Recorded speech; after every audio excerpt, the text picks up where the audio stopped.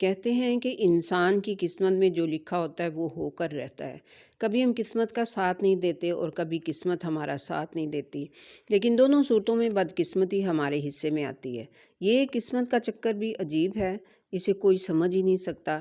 انسان کسی چیز کو حاصل کرنے کے لیے جتنی بھی کوشش اور جتن کر لے، لیکن اگر قسمت میں نہیں ہے تو لاکھ چاہنے کے باوجود بھی وہ چیز اسے نہیں ملے گی۔ اس کے برعکس انسان اس چیز سے جتنا بھی دور بھاگے، جتنا بھی منہ موڑے، اگر قسمت میں ہوگی تو انسان کے لاکھ نہ چاہنے کے باوجود بھی اس کے پاس آئے گی۔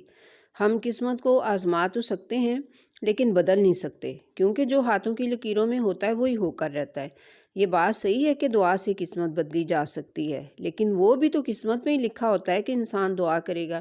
انسان پھر بے بس ہو جاتا ہے۔ یہی بے بسی تو ہے جو انسان کو اس بات کا احساس دلاتی ہے کہ انسان کی کوئی حیثیت نہیں ہے اور قلم صرف اللہ تعالیٰ کے پاس ہے۔ مگر ہم اپنے پروردگار کی اس فرمان پر بھی دل و جان سے یقین رکھتے ہیں کہ وہ اپنے بندوں سے ماں سے 70 گنا زیادہ محبت کرتا ہے۔